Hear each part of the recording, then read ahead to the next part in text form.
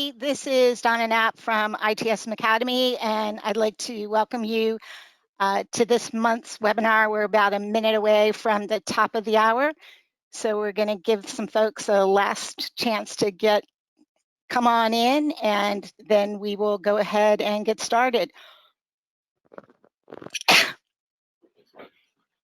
So, thank you. No, I was trying to clear my throat, and it was like, that was probably really loud in everybody's ear, and I apologize for that. So before we go too awfully far, I want to go ahead and answer what are almost always, our questions that we get at the top of our webinars, which is, are you recording this session? And the answer is yes. And so the recording will be available shortly after the webinar. Are the slides available? And the answer is yes, those are up on our website already.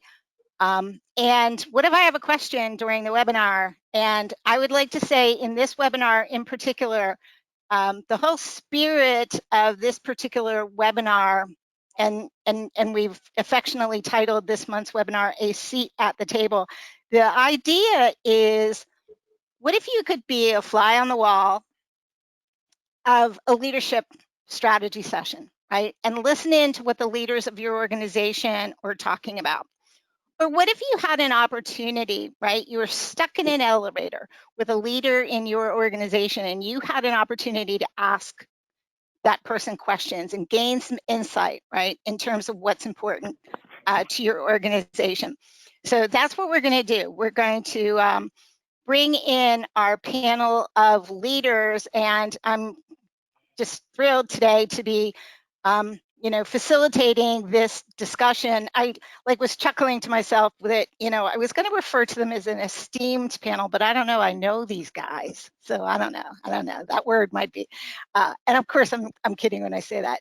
Absolutely an esteemed panel. So Paul Edmisten, the CIO of Tivity Health, has just a tremendous amount of digital transformation experience, serves as an advisor to boards and C-suites on this idea of digital and transformation and the value of technology in terms of strategy. Mark Blanke, the CEO of OwlPoint, and Mark has, I love when people have 30 plus years. It means like, I'm just not going to update it anymore. 30 plus years of IT consulting and leadership experience. And Paul is actually the founder and chair of the CIO initiative, which brings together CIOs and provides a forum for them to talk about strategy related issues.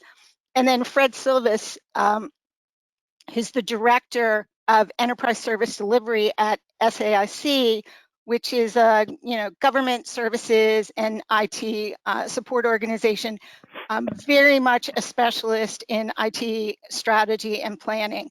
So just a tremendous panel for us to be able to talk about issues that are facing leaders today. And I'm Donna Knapp. I'm ITSM Academy's Curriculum Development Manager. And if you've ever been on a webinar with us, you know that I always say, the thing I care most about is lifelong learning. And so it's always an opportunity, great opportunity to learn from other people.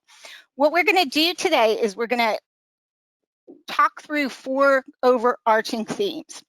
And those 4 themes are strategy, framework alignment, change, and leadership.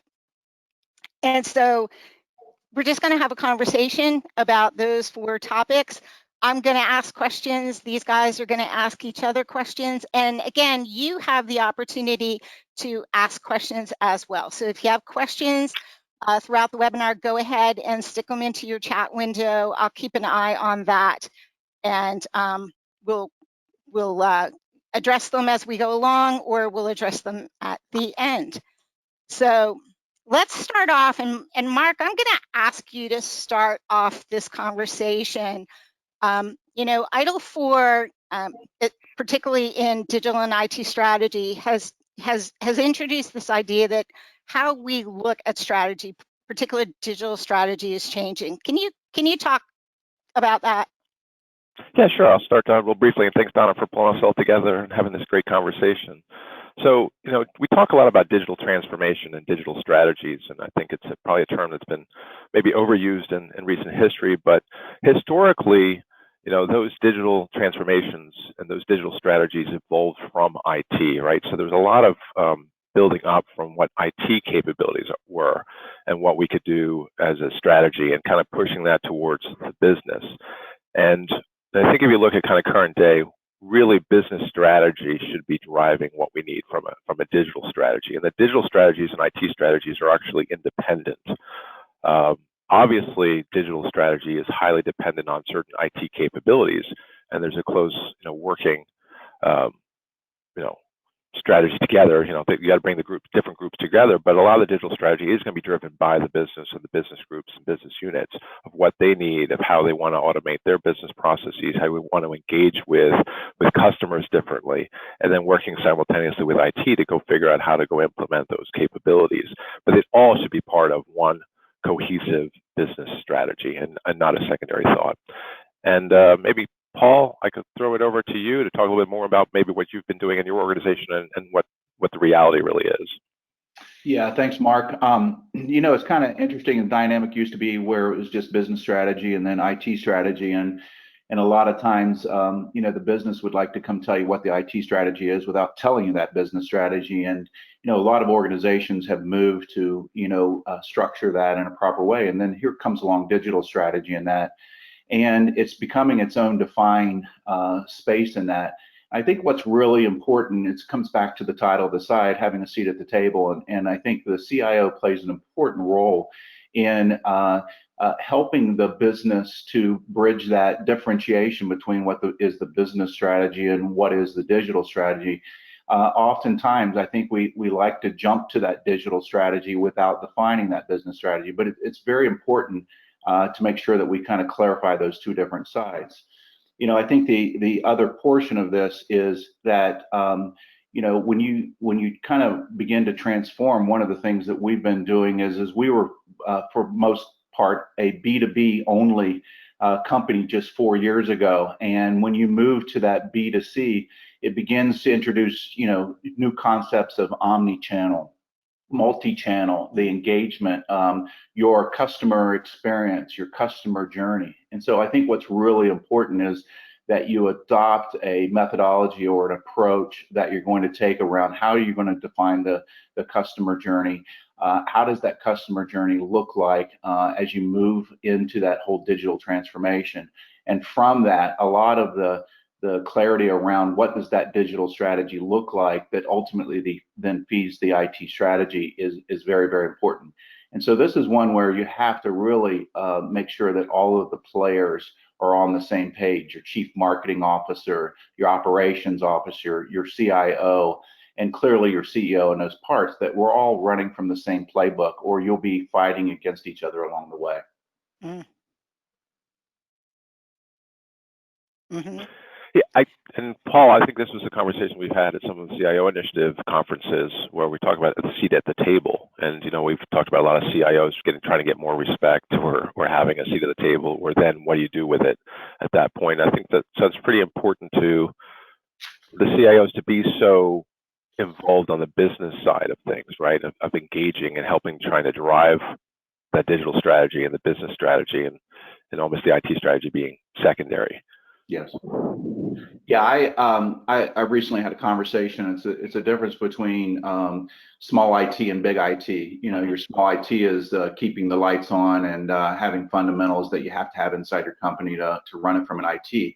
But when you start thinking about big IT, you're really bridging that over into the digital strategy, the product development, life cycle kind of activities. And so the CIO to really play at that table, you have to be thinking beyond just what does it take to fulfill an application, but really how does the technology is used to enable a business process that ultimately drives that digital strategy. And so it's a bit of a push and pull kind of a approach with your peers to collaborate and ultimately line up on that experience that you're trying to offer your consumers out there. And so I think that differentiation and being able to understand the role that IT plays in that.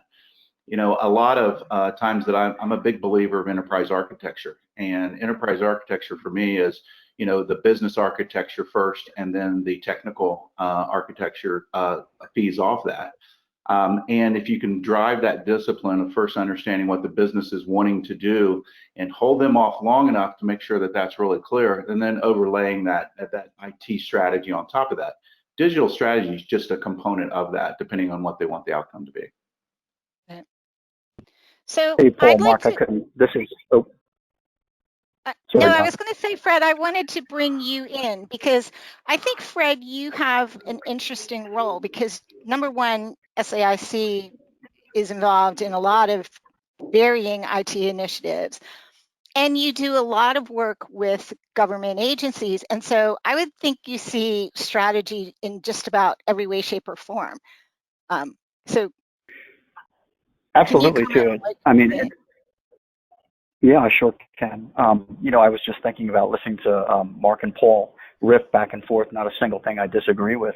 One of the things that I think is absolutely crucial, which has already been covered, is that engagement with the business. From our perspective, we use what we call a you-centric approach, right? So that the business strategy ultimately is forward-facing, customer-facing, and that we have to align not only the IT and digital to the business strategy, but it has to carry all the way through to the end user, and that's a you-centric approach that we pursue. One of the things, though, that we consider, and as we continue to look at our digital strategy for ourselves and for our customers, is a focus on the fact that there are 4 major technology trends that are just recreating the space that we're in, right? We have the Internet of Things, we have big data, we have cloud, and we have artificial intelligence, all changing the way in which services are being developed and and even more importantly than that, right? We often say people, products, and there's that 4th one, partners. And when you're looking at your digital strategy and you're thinking about what you produce and what you create yourself and what you deliver to your customers, and how maybe you partner in a larger ecosystem, I think that first and foremost, when you start marrying up the business and the digital strategy, is actually a key component to ensuring that the IT organization can maintain the agility, if even to try and keep up with the business requirements that come from that. Right. That word ecosystem is a big word these days, and it is an important component of what we all have to think about.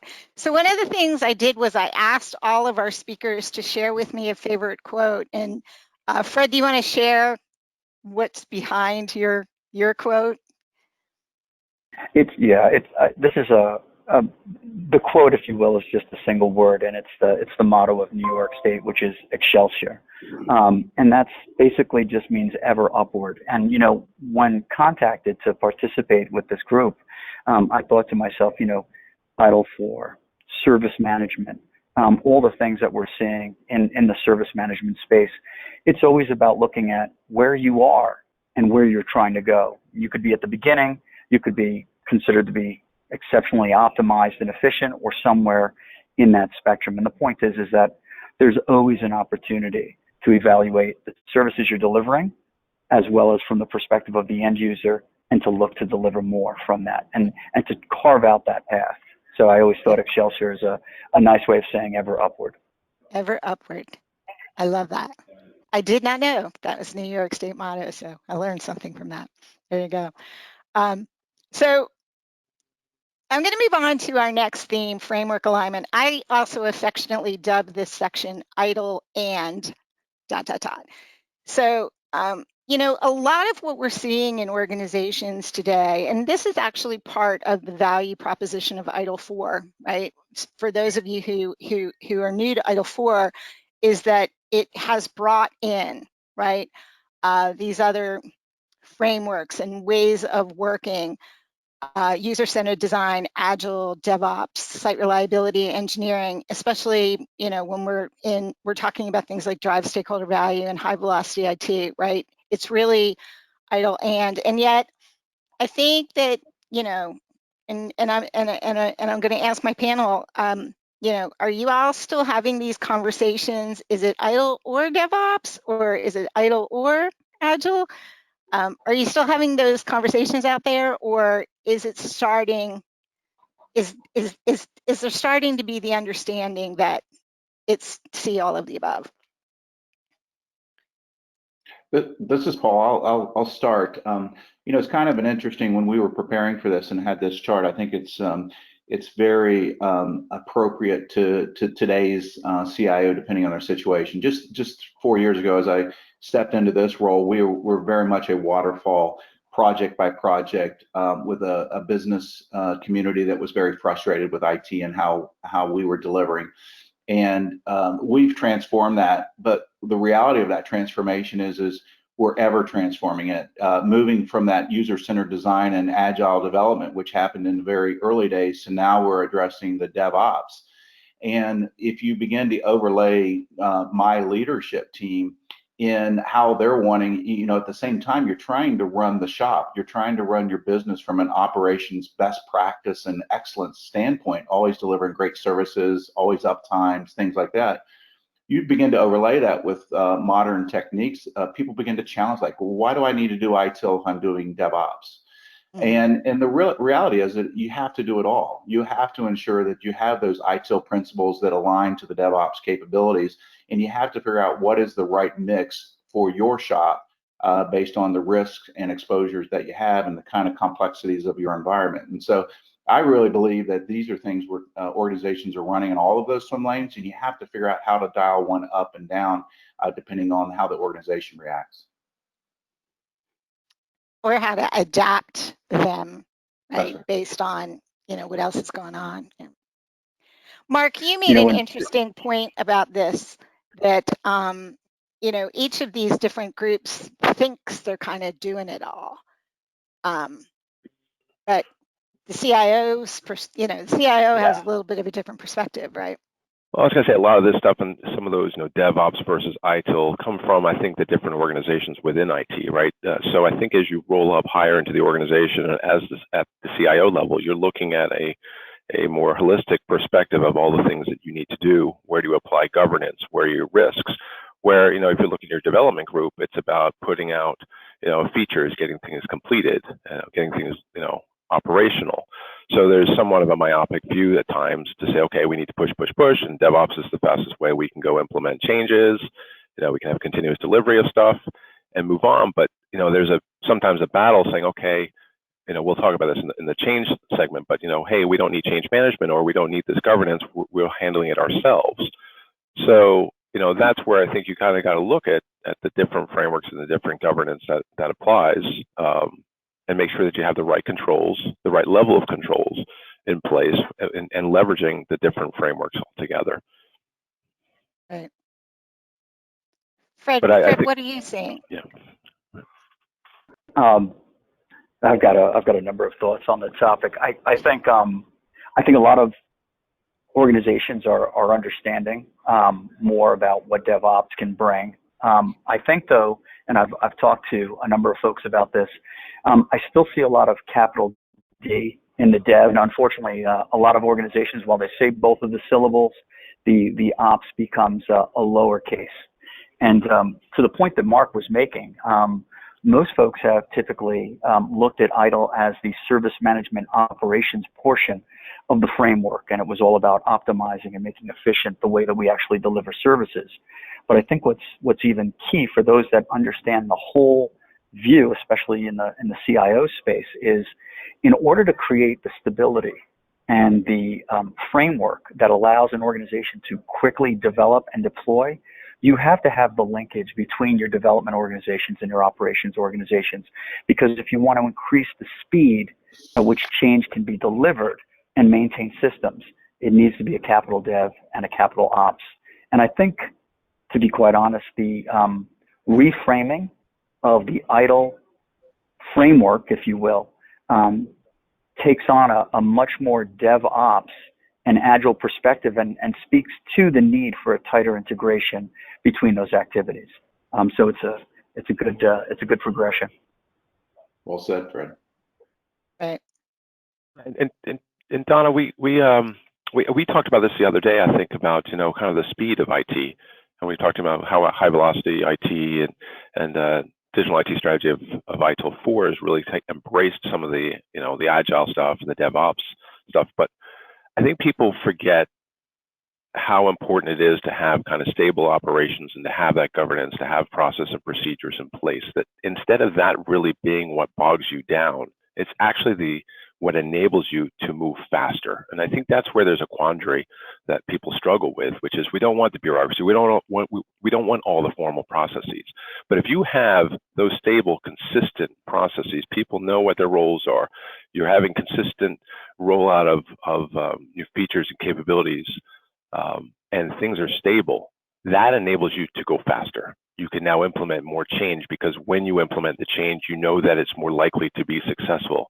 Where if you've got unstable releases and you're constantly dealing with outages, you're not able to keep moving faster and faster. So it's really, a lot of these principles done well really do make you go faster, not slower. Right. Spot on, Mark. Spot on. And, site reliability engineering, which it's actually not a new concept. Google introduced the concept in early 2000s, pre-DevOps even, but it is, I see SRE taking a similar trajectory to what DevOps did, that it started out with the Googles and the Facebooks, right? These big high velocity, high scalability environments, and then DevOps found its way into the enterprise, right? And SRE is doing the same thing. Started out with Google, and now it's finding its way into the enterprise. And what site reliability does is, this phrase, the wisdom of production, comes out of SRE, and it speaks to the fact that, what we need is that feedback loop, right, of what it actually looks like when we've got a product or service running in production, good, bad, and ugly, right? All the gory details, feed that back, all the way back to how we design products and services, so that we are designing for reliability. We're not bolting it on. We're not reactively trying to address it when something goes wrong. We're designing for reliability, so that I think that's an interesting balance, to be able to not only move fast left to right, so to speak, but if you know that even if something goes wrong, you can recover very, very quickly, you can take on more risk. And are you all seeing organizations addressing that idea of, I think some of our overly bureaucratic processes came out of, high intolerance for risk. And to thrive today, we need to be a little more willing to take on risks. So, Donna, this is Fred. I couldn't agree more with your points. But in terms of organizations picking it up, I think they love the idea of it.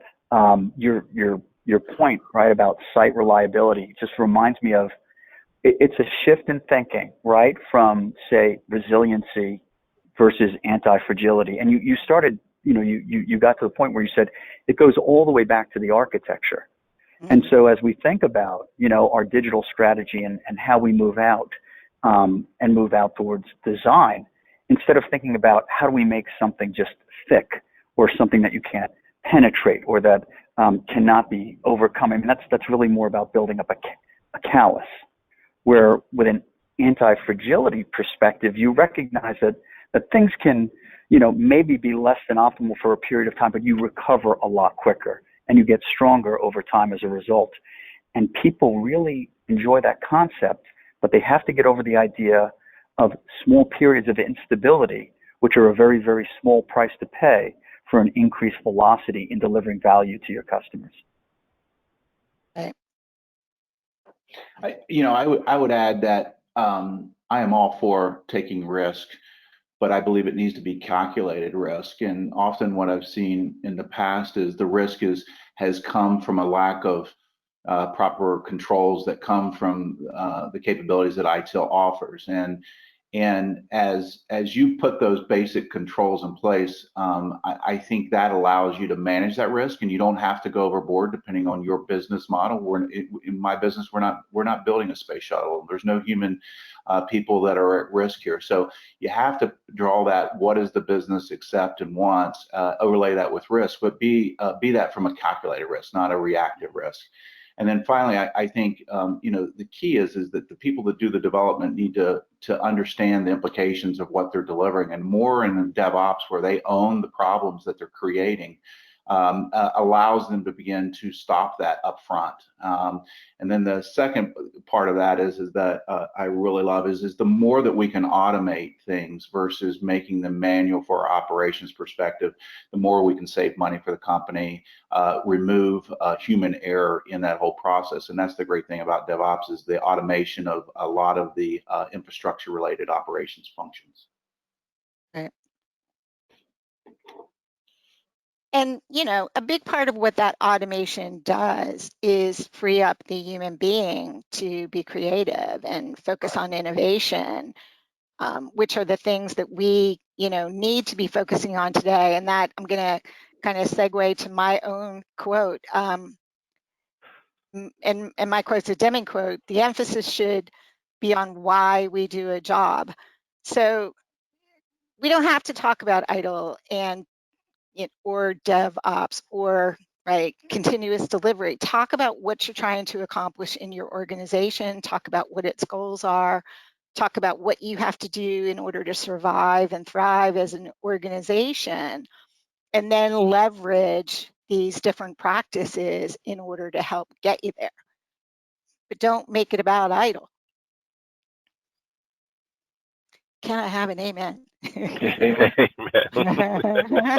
You said it very well. I think when you take an ITIL push sales approach, people tend to balk and push back initially because they think that we're putting process in for process sake. I think if you take an approach that allows us to do our jobs, our professional jobs that we're supposed to do, is to deliver great quality-oriented technology solutions for our business to generate revenue and provide the customer with what they're seeking. As a part of that comes with responsibility. And I think if you take that approach versus using the four letters to push something down someone's throat, I think it's just a better way to accomplish that. Right. Yep.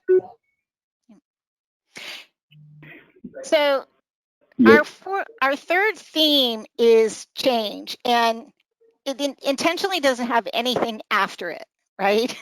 Because change is occurring everywhere and to everyone. And so, I introduced some of these ideas here that change can just be the pace of change that, and the fact that, even users are getting burnt out with, how many of you have looked at your phone recently and went, hold on, it changed again, or, I knew how to use that application and then it changed out from under me.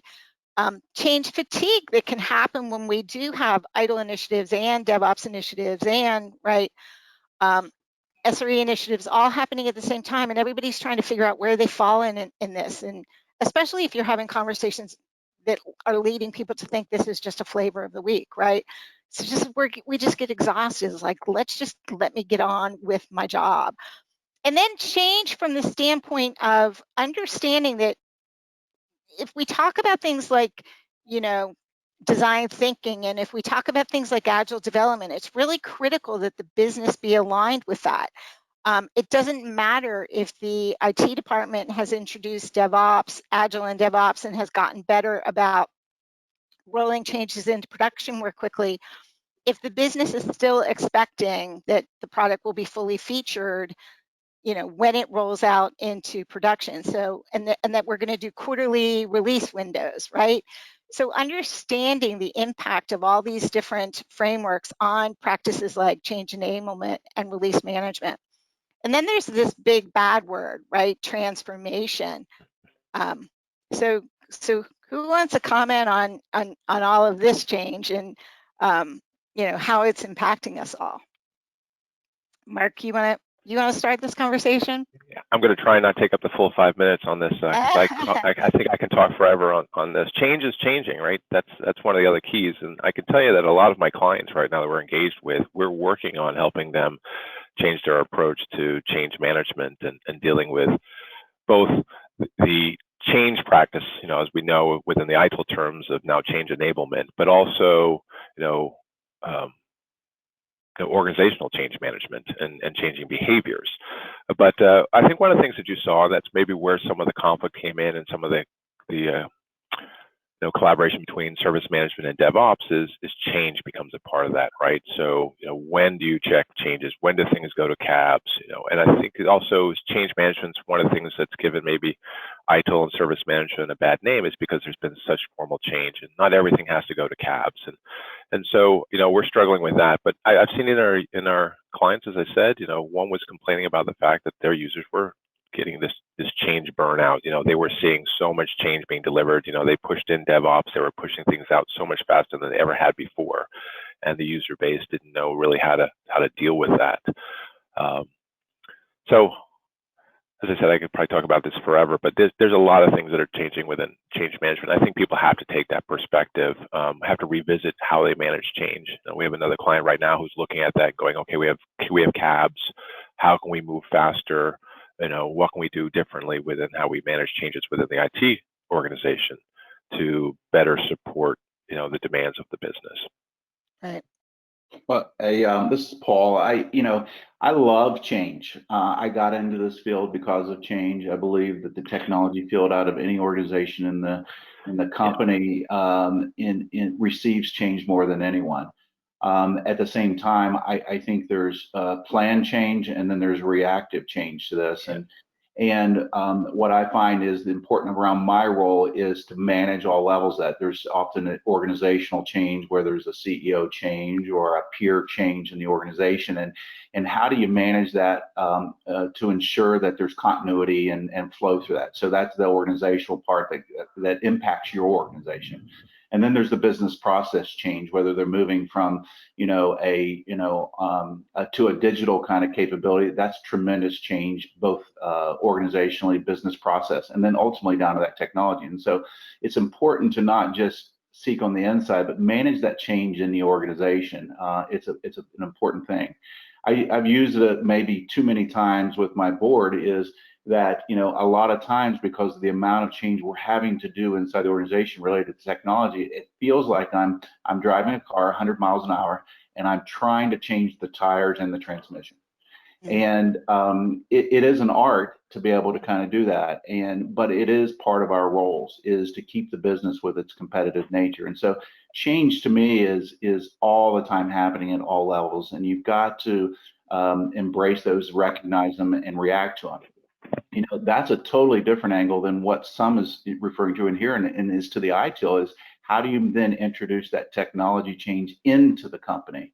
I've got one side of my organization wanting to put changes in anytime they want to, right? Could be daily. And I'm going, why do we need to do that? Because what happens is our change control board then has to meet more frequently. You're taking up time. And so I think you have to manage that change depending on the nature of what you're trying to do inside the company. I'm going to do a shameless plug here. This is actually my presentation at this year's Service Management World. My presentation is titled About That Cab. And I'm actually going to dispel some of the myths about the cab. So shameless plug there. Fred, what are you seeing? My mind was racing, thinking about how to keep my thoughts around change down to just a minute. I think the thing that I'd want to focus on or bring up to folks is it's a part of organizational change, but I think what I'm seeing within our own organization and within other IT organizations that we support or deliver to in the federal government and in the DoD space is moving past, and this is, this happens to be a little bit more, prolific in the federal space of rolling your own services or doing everything yourself.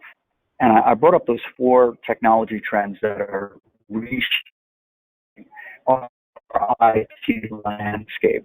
Donna, that talked about, why you do what you do. people don't rely on the organization that I lead just to manage servers.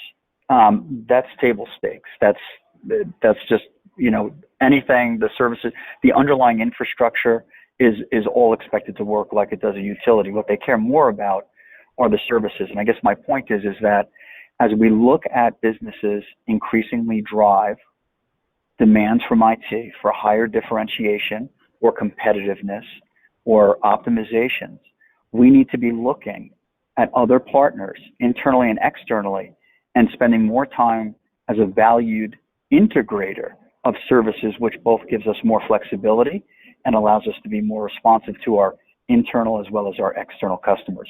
And I think IT organizations have to get a little out of their comfort zone and realize that they're no longer just charged with keeping it up, but as CIOs increasingly do, strategically look out across that ecosystem that we raised before and say, where does it make sense for me to partner, leverage, use, and then combine services to satisfy the outcomes of my end users or perhaps other customers? Right. Especially when you're in the early days with technologies. You know, we talk about this actually in digital and IT strategy, that, you know, when there's emerging technologies, you're still not clear on whether or not it's actually going to pay off in the end. So it doesn't necessarily make sense to invest heavily in a technology that's emerging, but you certainly can leverage a partner, right? To your point, Fred, so that you can experiment with the technology, but not necessarily devote significant resources to you as an organization investing in developing that capability. Absolutely, Donna. And also, you know, always looking at what are our budgets, what are the resources we have to apply to satisfy business needs. Do we need to be an expert in that part of a service or for a particular service, when what we really should be doing is focusing more on integrating that into maybe a larger holistic set of services that represent a full offering? Agreed. So I'm going to introduce one more question in this topic, just because we get asked this a lot. So Fred, you just talked about the idea of budget, and we've talked, budget's been introduced a couple of times in this call. A question we frequently get is, how do we introduce all these agile development methods and kind of invest in these emerging technologies when we're bound to an annual budget? And Mark, you were commenting that you're seeing that changing, how organizations budget for and kind of manage all of the change that's going on in their organizations. Well, there's a few different ways you deal with it, but you know, typical budgeting is, right, you do an annual plan, you get an annual number, and then you have to basically support all IT capabilities within that, you know, that defined fixed budget. And so, and too often it becomes a one-way street. And even the theme, some of the other things we talked about recently, there's not enough of that feedback loop, right? So whether it's feedback loop on SRE or DevOps, et cetera, there needs to be a feedback loop too, what IT can do for a certain amount of money. And that's where I think you get some of the philosophies of service management, was that it's based on services and even service consumptions and what the price, if the business wants it and they understand what the price is, they should be able to get it within reason. So, you know, you'll see a lot more on-demand budgeting. So there's obviously always going to be the fundamental budgets to keep an organization alive and functioning well. And then you can, you know, increase budgets based on certain investments, whether or not it's investments in projects that make sense, that have a good ROI, and budgets on, you know, increased services. And it's just a matter, it becomes a cash flow issue and a business management issue. But the business can make the decision that they want to spend more. And if IT's got capabilities they want, they'll spend more on IT. Oh, you're gonna tell me I'm wrong? No, you're right. You know, I'm a believer that the CIO role has to proactively manage the budget and the budget process. Clearly, work in the frameworks of the CFO, but if you're not out there proactively managing it throughout the year, and most importantly towards the end of the year, you're going to you get what you get. And for us, it's next year I've got to pay for this year's spends, meaning whatever I deployed and implemented this year has some sort of a recurring run rate impact to next year. And so my first and foremost responsibility is to make sure that's covered. The second one is I've got to remove technical debt out of the organization to save the organization money, which requires, promoting that in ways, whether it's replacements of technologies, et cetera. And so I've got to be promoting that throughout the year, so when the budget cycle comes around, we're able to address some of that technical debt. I've got to ensure that operational best practices are put in place, monitoring, ITIL related processes, governance, et cetera, is in place. And so I've got to be promoting the value that comes from that and the risk to the company throughout the year. And then finally, I think it's then that I take it really last, which is what are those revenue generating things that we can go do that either removes cost out of the organization or drives revenues. And those are the ones that are more strategic in nature. And you have to be promoting and pitching those along the way. And so there's several levers, and you have to be working that budget process all along. And then finally, I'll point out is I believe that the CIO and the organization of technology has the largest opportunity to take cost out of the organization. And so I'm always on a mission of where to find money that offsets and helps pay for some things that we need to do inside the organization. And I think it's important that you said that, Paul, because, and Mark, you and I have this conversation a lot, that I think sometimes when people hear, oh, we have to reduce costs, then the next downstream conclusion is so that we can reduce headcount. And very often when CIOs are saying that, they're not saying it in the spirit of reduce headcount. They're saying it in the spirit of let's free up that human resource, let's reallocate it to a place where it can really benefit the organization. So I think sometimes people are afraid of automation for that reason, right? Because it's, am I going to automate myself out of a job? And I think what you're saying, and correct me if I'm wrong, you're saying automate yourself into an even better job. That's right. There's a simple ratio, right? It's the dollars versus the capability. So, if you're able to be a much more capable organization for a certain spend, that's much more attractive, right? Than something that maybe is, you've got a lot of technical debt, you've got an inefficient organization that costs a certain amount of money. So it could be a lot more exciting and be a much better investment in the organization if it's got good, capabilities versus the dollar spent. Our bonus and or our stock price is driven from a derivative of EBITDA, and EBITDA is made up of both revenue and cost. And in our role, I think it's important that we push on both of those levers. How do I enable technology to drive revenue?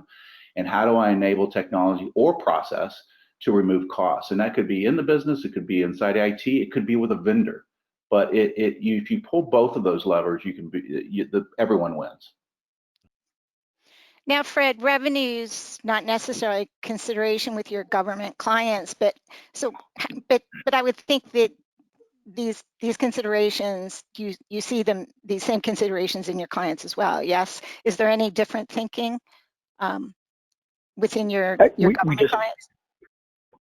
No, I thought well, there's a different vocabulary that's used, right? So the federal government and the DoD doesn't talk about revenue, and you also want to be very careful. For example, some customers, one that we have, U.S. Central Command, you don't want to always use terminology around cost effectiveness when you're basically supporting a warfighter who's in an active zone and needs intelligence. So I think the conversation moves towards, and you were talking about the budget and how you perceive it, but a couple of things. One, if you're going to move forward with your leadership, you have to make the time. You have to make the time to implement these practices, and you have to be transparent about the technical debt that may be holding you back. And what I mean by that is it's not, as you made the point before, it's not about reducing headcount, but I will argue that there's a lot of focus and a lot of energy on looking at what we call the tooth to tail ratio of an IT budget, right? So in military parlance, the tooth to tail is, right, the tooth is, that's the mouth, right? Like a Tyrannosaurus Rex, that's the part that can do the damage. But remember, right, a Tyrannosaurus Rex has this big body and this huge tail that's behind it. And the point is you ask yourself is, how much tail does it take to get the tooth to the fight?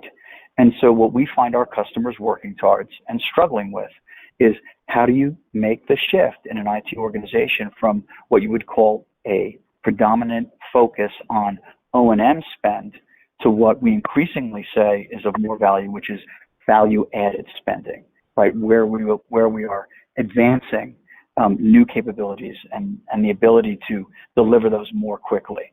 And when you develop, and I think the point, it was Paul who was making the comment about EBITDA, right? He said, we get bonuses based on two variables. When you start shifting away a perspective of cost optimization and efficiency to what constitutes value to your end user, you start to shift the discussion and the language on the metrics that matter. And then when the metrics change, the behaviors change. Right. So it changes everywhere. And Paul, I'm going to come back to a comment you made a little bit ago, just because I want to segue to your quote. You talked about the importance of planned change, right? Understanding and kind of managing the change. And so I'm going to show Paul's quote, and I'll give bonus points to anybody who can tell me who can correctly attribute the source of the quote. And we'll see if anybody chats in real quickly. But Paul, why do you love this quote so much? It's my team hates this quote because I use it quite often. And I believe it's very hard for IT leaders to be perfect, to deliver exactly what someone's expecting, to ensure that the lights are kept on and they're bright all the time. It's a very challenging job with multiple variables coming at you all the time that impacts that. But every once in a while, whether it's an individual initiative or a major delivery, or it's just a high five across the leadership team, it's great to see when you take the time to lay out a plan, you own that plan, you adjust that plan along the way, and you realize the goals and the results from that. There's no more satisfying thing for me to see that happening when it spans across your leadership team and the leadership team of the organization. And all I really point out is I use this often. I've said it many times. I love it when a plan comes together, but it is an art to make sure that plan is defined and executed upon. Yep. And just so you know, there's lots of folks out there who correctly attributed this to. I intentionally took Hannibal out of. You had included Colonel John, quote, Hannibal Smith. And I took that out of the quote. So to all of you that got that question, you're right. You're exactly correct. It puts me with Mark. It kind of dates me in that 30+ year. Hey, I'm right there with you. When I saw the quote, I laughed because, for all you youngins out there, once in a while, back in the day, you had to watch TV at a certain time, like Tuesday at 8 o'clock if you wanted to see the show you liked. And I was remote. And the A team was appointment TV in my family for sure. So our last theme is leadership. And I'm going to just start this section off with the question that we get asked all the time. We get asked in our classes, we get it asked in our webinars, when people are learning about DevOps and ITIL and all these different initiatives, we invariably get some form of, how do I convince my boss that we need to do this? How do I get executive support for this?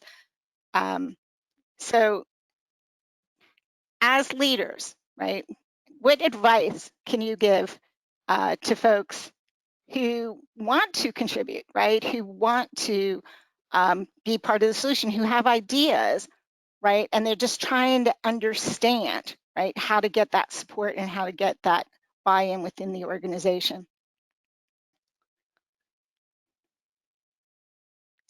And Mark, you came up with a little short list. So if you can start out with your short list, and then let's hear from Fred and Paul. Yeah, I think there's a couple different aspects to this, right? So, I think as a leader, you're constantly looking at, new opportunities. People make recommendations, and it's great in your organization if people are coming up with suggestions. And unfortunately, I think, we as leaders say no a lot, and I read an article not too long ago that says a good CEO says no 80% of the time, and I was deflated almost when I read that, but I realized that I do that all the time and say no. And constantly you're evaluating risk, right? When people come up with a recommendation, it's not or a suggestion, it's not necessarily that it's a bad idea, but it might not be the right idea for the right time. And there's a lot that I think we constantly think about, right? Is it in line with the strategy? Will it ultimately help my users or whoever's going to benefit from that project or thought? What are the financial benefits? Is there going to be a revenue increase?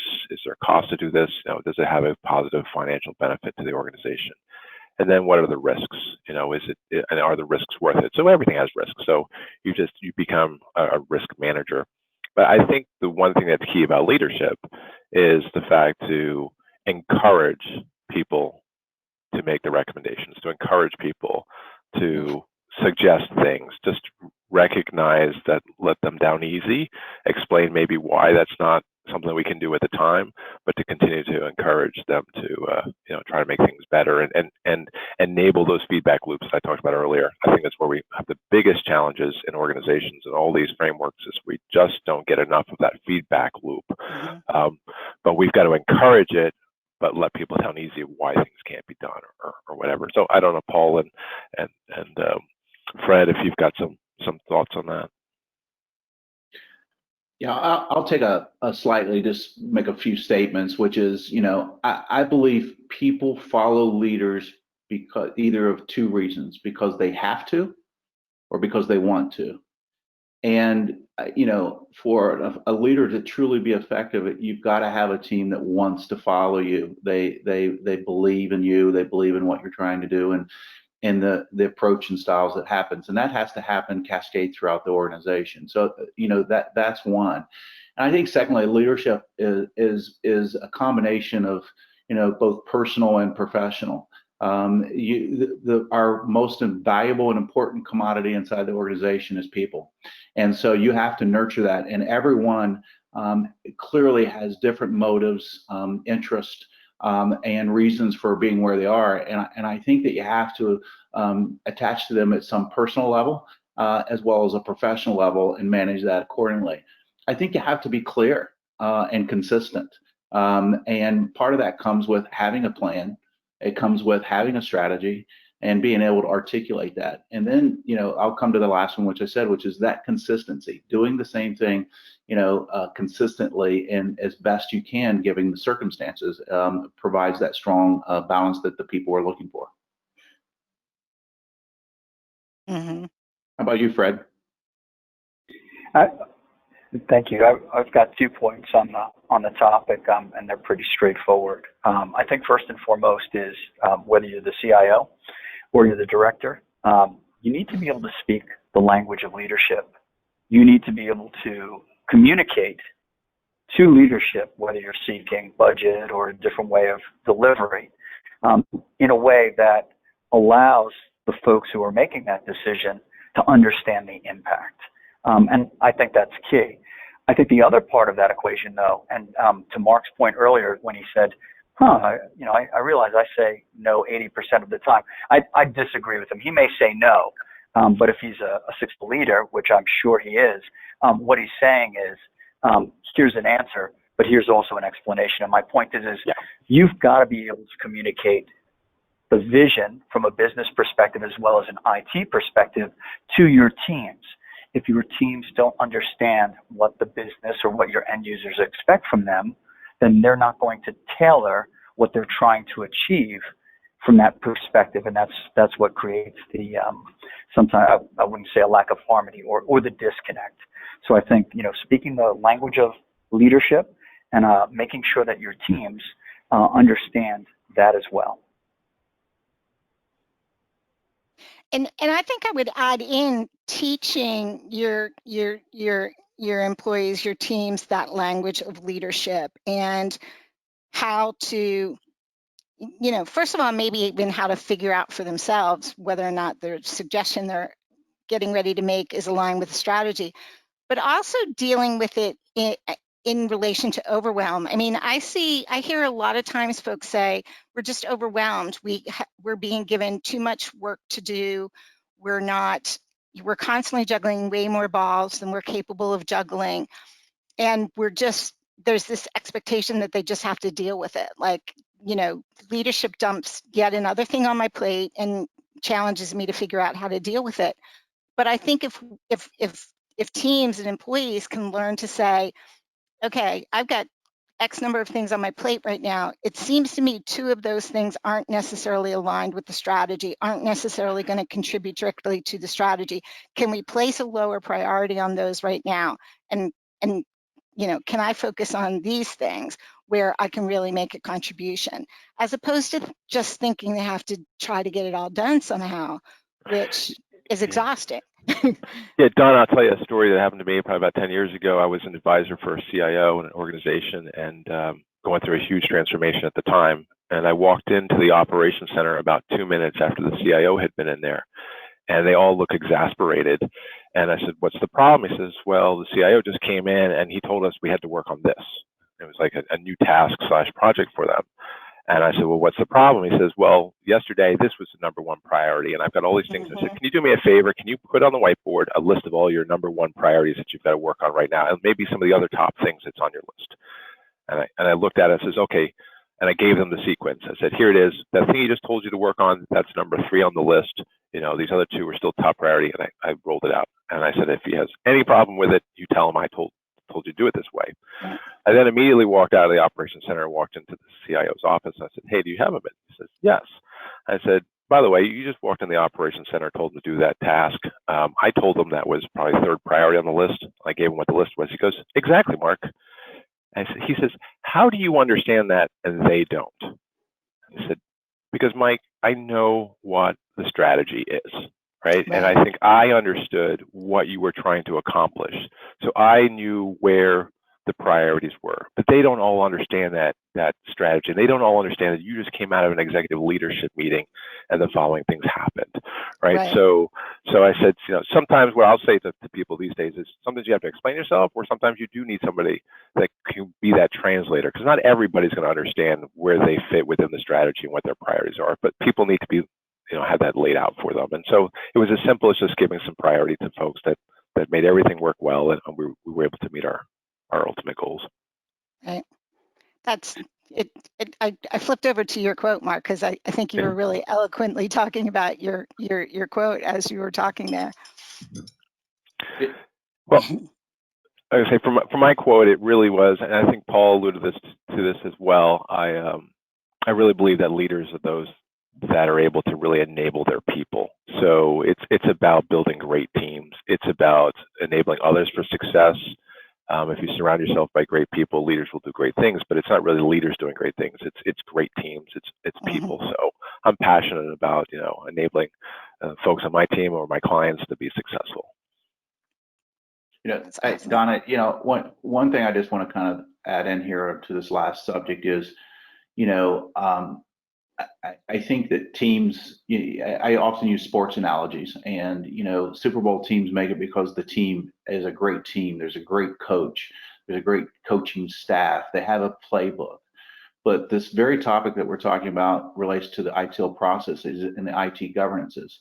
I have to run my part of the organization inside the company like a business, which means I have to have those controls and processes to make sure things run every day, that the trains stay on schedule, but I have to have data to run my business. And what happens is if we stay in a constant state of defense, reacting to problems, then we're always going to have these challenges where our colleagues are frustrated, they're overworked, they're tired, they don't know where they're going. But if you take a good playbook, you take a good coach, you take a good team, and you plan and you put the right processes in place, you know where you're going, you run it like a business as if your organization could be fired, then a lot of that is taken off and you're running from an offensive position instead of a defensive position. Right. Awesome. Yep. So we're a couple minutes out. Nina, I'm going to come to you and for you to put the rolling deck up, and then there's actually just a couple of questions. So I'm going to, while we're kind of going into our kind of final section here, I'll ask a couple questions. And Paul, I'm going to need your help, and I think you'll be able to kind of figure out the context of this, because I unfortunately missed the question at the time it was asked. So you mentioned enterprise architecture a bit back. You said, I am a fan of enterprise architecture. Yes. So the question was, how does the governance role of enterprise architecture fit into this model? And when he says model there, I'm assuming he was talking about the framework alignment piece. And Greg, correct me if I'm wrong. Does that question make sense? You're referring to Paul, me? Yes, Paul. So Yeah. for me, how I leverage enterprise architecture, it sits in the technology side, reports into me, the CIO, and really I've taken an approach that is focused on the technology side of enterprise architecture first, because I think it takes a while. The complementing side of this is business architecture. And most organizations I've been in, it's been a challenge to get the business to jump on board with the definition of the business processes, level 1 through 5. And the more importantly, if we can begin to, inside our organization, align that business architecture with our technology architecture, I think that that's the greatest opportunity to align, the business and the technology side. And so the enterprise architecture of mine is not only addresses those two elements, the business architecture, but the technology architecture. And then it goes down into the solution architecture, which aligns to each part of the organization, infrastructure, applications, et cetera. And so that role can also influence the quality and the control of what's being delivered before it goes in. So often, the left hand doesn't know what the right hand, and to me, that practice of enterprise architecture brings together the infrastructure, the data, and the application into the sphere of making sure that what we're delivering operates in all of those levels. And often when you have towers of teams, they're delivering their piece, but it's the enterprise architecture that brings it all together and ensures that it's good and sound. Excellent, thank you. And Greg, I hope that answers your question. So we're at the top of the hour. We have 2 more questions. If you need to drop off, I want to thank you very much for joining us. And hopefully you've seen we've got some specials going on. You can always go to itsmacademy.com and see what we've got going on. We've got digital and IT strategy launching later this month. We also have value stream mapping fundamentals coming up in November, which are 2 incredibly relevant courses to what we've been talking about today. So if you need to drop off, thank you. And if not, hang around. I'm gonna have these guys answer 2 more questions. So the other 2 questions really have to do with change, that topic of change. So one of the questions is, how do you see organizational change management morphing to provide the same level of focus on getting people excited about coming changes with shorter timelines for preparation?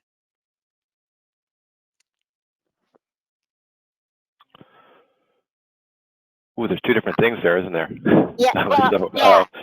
Yes, so I think it's obviously getting people excited, getting people aware of organizational change. I think it's one of the biggest issues is people maybe not even fully participate in the change that gets thrown on them. So being an active participant in organizational change. But timing is an interesting aspect because for successful organizational change, you are changing behavior. And behavior takes a while. This is something that I know that I've talked to CIOs that have been very frustrated with the business because a lot of the kind of the post-project work is not either included in the budget or sometimes is cut. So that includes things such as training or the post-support teams to make sure that everything's running well, to encourage people to keep doing things. So sometimes just behavioral changes are as minimal as using a new system slightly different, entering some fields of information you never did before, and you just really develop these habits. So you need to develop those habits moving forward, and that just takes some time. So I think time management is something that's really critical of understanding what it takes to change the human behavior side of things, not just the technology thing. So transformations are not done when the project to go implement that great new ERP or CRM system or whatever it might be. It's a lot of when the people are done being successful with that system. I've just had a couple of thoughts. Change is hard. I'd like to think that most people like change. What I've learned is most people don't like change.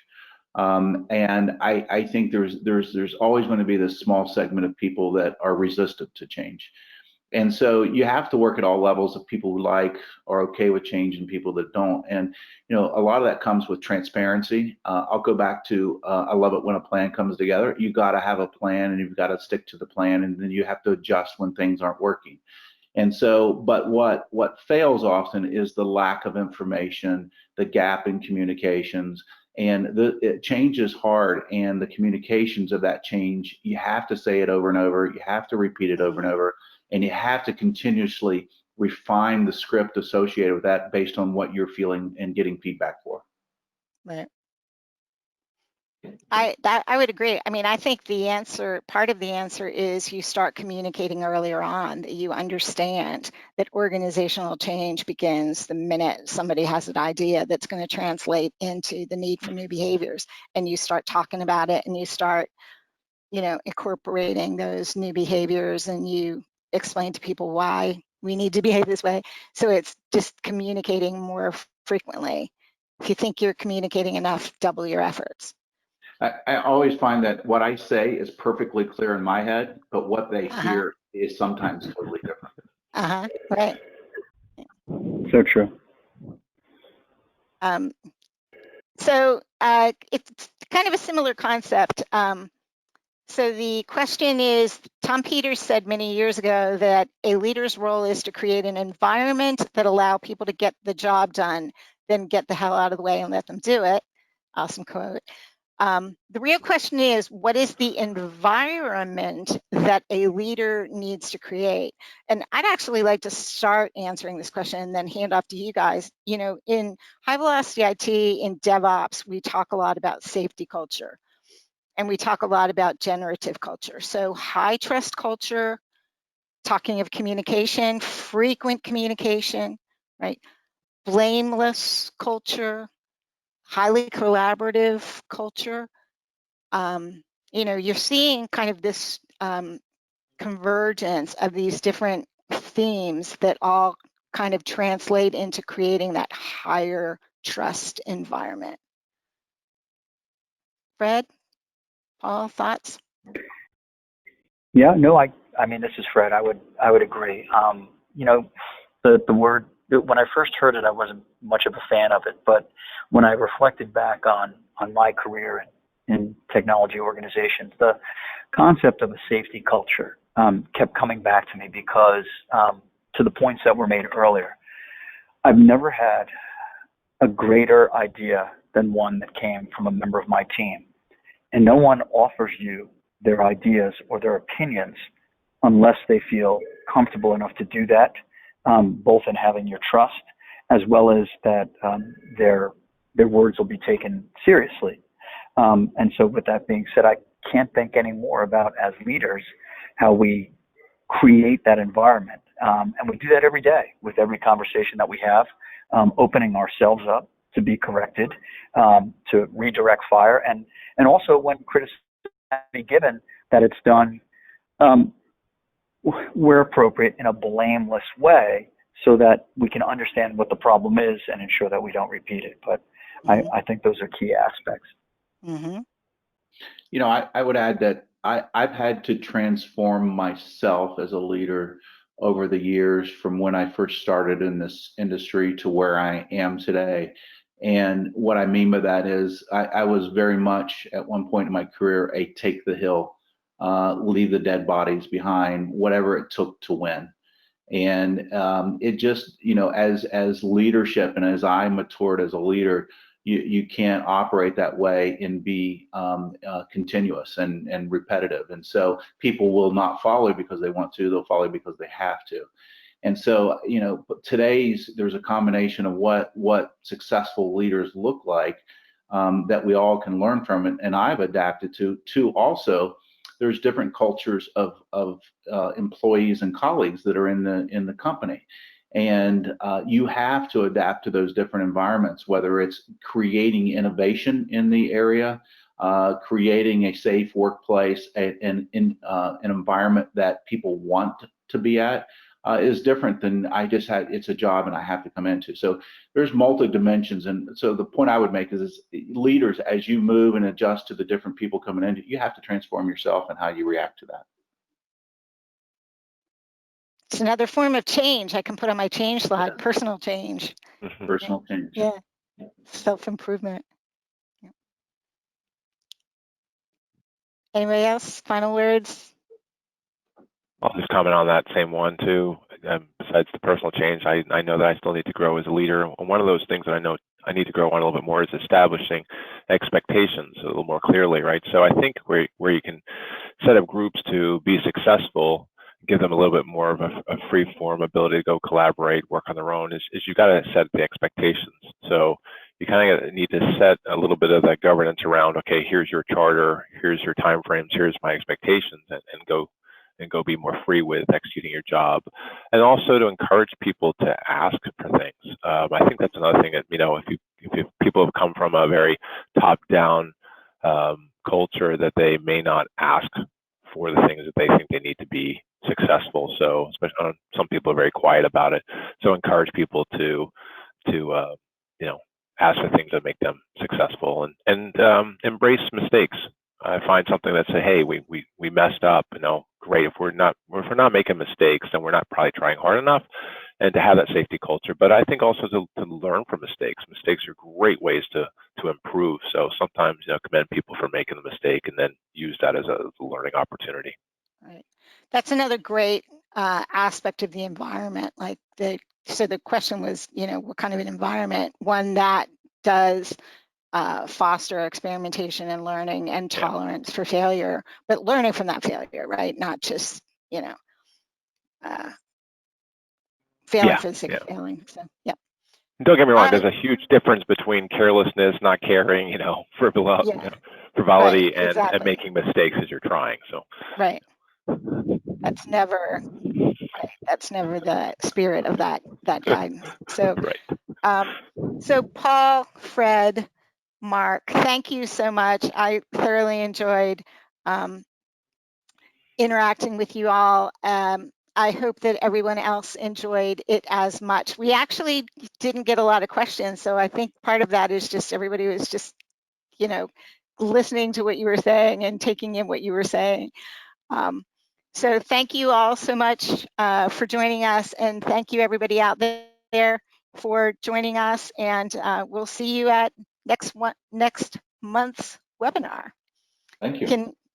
So thank you all. Thank you, Have a great day. Thank you. Thank you, Donna. You did an awesome job facilitating that. Thank you. All right, we're out. Have a great day, everybody. Thanks, Donna. Thank you.